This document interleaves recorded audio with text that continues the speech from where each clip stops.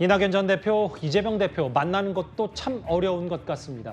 이낙연 전 대표가 내일 문재인 전 대통령을 먼저 만나기로 했습니다. 이재명 대표보다 먼저 말입니다.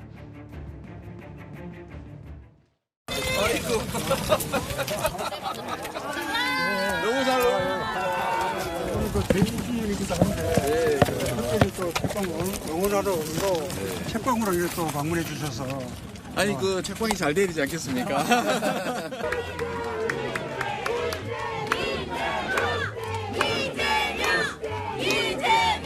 경산 책방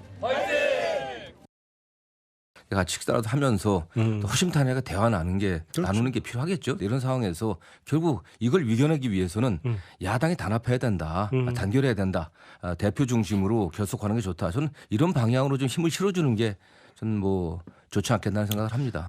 때로는 예.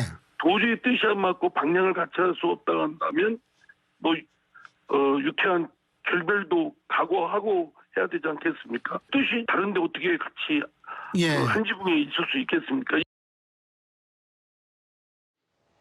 이상민 의원은 분당 얘기까지 하네요. 그런데 이낙연 전 대표 측은 이재명 대표 만나는 게 급할 게 없다. 내일 먼저 문재인 전 대통령을 만나러 간다. 어떤 의미입니까? 그러니까 이낙연 전 대표가 이번에 귀국을 하면서 예전에 좀 엄근진, 굉장히 엄숙하고 이런 어떤 이미지에서 이제는 좀 본인이 직접적인 정치를 하겠다는 의지가 굳은 것 같습니다. 오자마자 지금 먼저 간 곳이 어디냐면 바로 이제 김대중 대통령 묘소에 갔고요. 또 광주에 내려갔습니다. 그럼 뭐냐면 이제 본인의 정치적인 토대가 결국 김대중 대통령이다라는 부분들을 명확히 한 거거든요. 즉 호남 민심을 이제 본인이 끌어안겠다는 것을 명확히 한 것이고요. 둘째로는 이 지금 이재명 대표와는 화해할 수 없다라는 걸 분명히 한 것 같습니다. 왜냐하면 최근에 최측근들 보면 윤영찬 의원이나 등등의 지역구에 보면 그 현근택 전 변호사나 이런 분들이 가서 수박 먹고 막 깨게 하고 했잖아요. 그러니까 지금 보면 대부분 다 이낙연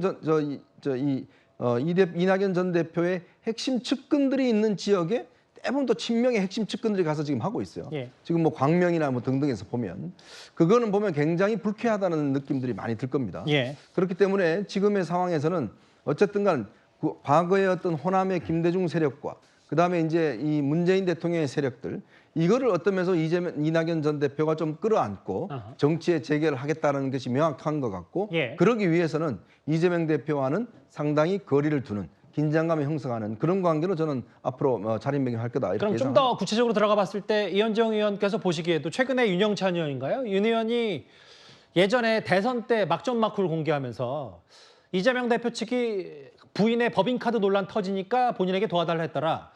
이런 부분까지 좀 얘기하는 걸 보면 신뢰 회복이 안 되면 못 만난다 이런 뜻으로 받아들이면 되는 그렇죠. 건가요? 신뢰 회복이라는 게 저는 그 골 자체가 메꾸어지기가 굉장히 어렵다. 이미 지난 대선에서 이재명 대표 측에서는 이낙연 전 대표가 도와주지 않아서 우리가 졌다라는 인식들이 강하고 지금 대장동 이 문제가 전부 다 이낙연 캠프에서 나왔다는 게 인식이 강하거든요.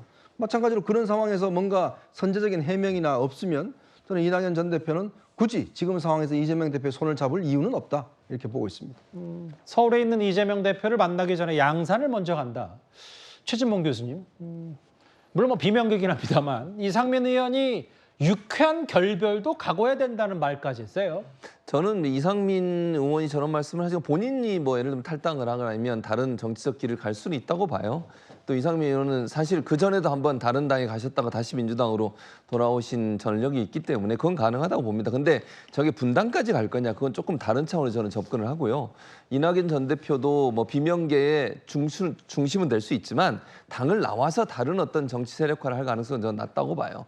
그러니까 분당이 아니라 예를 들면 당내에서 여러 가지 다른 의견을 낼 수는 있지만 민주당이라고 하는 기본적인 틀 안에서의 활동하는 걸 이낙연 전 대표는 원할 겁니다. 예. 그래서 거기에서 잡음이 생길 수는 있지만 분당까지 가기는 좀 아닐 거라고 저는 보고 이상민 의원은 본인이 개인적으로 결정하셔서 신당 하고 있는 양영정 의원이나 무슨 금태섭 의원이나 전 의원이나 이런 분들한테 갈지 모르겠지만 제가 볼 때는 분당이라고 하는 예를 들면 특정 어떤 세력화가 이루어져서 많은 부분 여러 의원들이 함께 나오는 형태 그런 형태의 분당은 이루어질 가능성이 낮다고 봅니다. 제가 알기로는 두 사람이 와서 전화 통화 한 번 정도 하고는 그 이후에는 교류가 없는 걸로 저도 들었고. 그럼 결국은 이낙연 전 대표가 뭔가 귀국 후에 달라졌다. 그럼 이재명 대표 측도 굳이 더는 노력하지 않는 모양새를 취하는 건 아닌지 어떻게 좀 전망하세요? 아니요. 이재명 대표 쪽으로서는 계속해서 만나서 당의 단합을 시도하는 듯한 모습을 보여야 될 거예요. 그게 이재명 대표한테 굉장히 유리한 거죠. 지금 만나면 이 그림은 결국 단합해서 민주당을 지킨다. 뭐 이런 그림 아니겠어요? 그 그림을 원하는 거는 이재명 대표입니다. 그렇기 때문에 이재명 대표는 끊임없이 시도를 하는데 이걸 피하는 사람이 이낙연 전 대표다. 이 이미지를 저는 당원들한테 이재명 대표는 주기를 바랄 거예요. 예. 그런데 그러면 이낙연 전 대표는 끝내 안 만나느냐? 저는 뭐 끝내 안 만난다고까지는 생각하지 않습니다. 다만 조기에 만나서 그 이재명 대표 측이 기획하고 있는 그리고 있는 그런 그 장면을 만들어주고 싶지가 않은 거죠. 그러니까 될 수 있는 한 이런 핑계 저런 핑계 대가면서 이낙연 전 대표는 아마 외곽으로 돌 거고 예. 한국 정당사를 보더라도 정당사에 늘 주류가 있고 비주류가 있었지 않습니까? 그동안에 뭐 삼김씨 이래로 있으면 비주류가 가만히 있는 것이 주류를 도와주는 겁니다. 예. 그렇기 때문에 이낙연 전 대표는 그런 부분을 굉장히 많이 기자 시절에도 경험을 했어요. 그러니까 아마 이낙연 전 대표의 머릿속에는 내가 굳이 이재명 대표를 만나서 도와주고 앞으로 그 여권의 공격에 대해서 우리 같이 대응합시다. 이런 얘기를 하지 않고 그냥 가만히 있는 것, 이재명 대표를 공격하지 않고 그것이 이재명 대표를 도와주는 것이다. 아마 이런 판단을 하고 있을 거라고 저는 봅니다.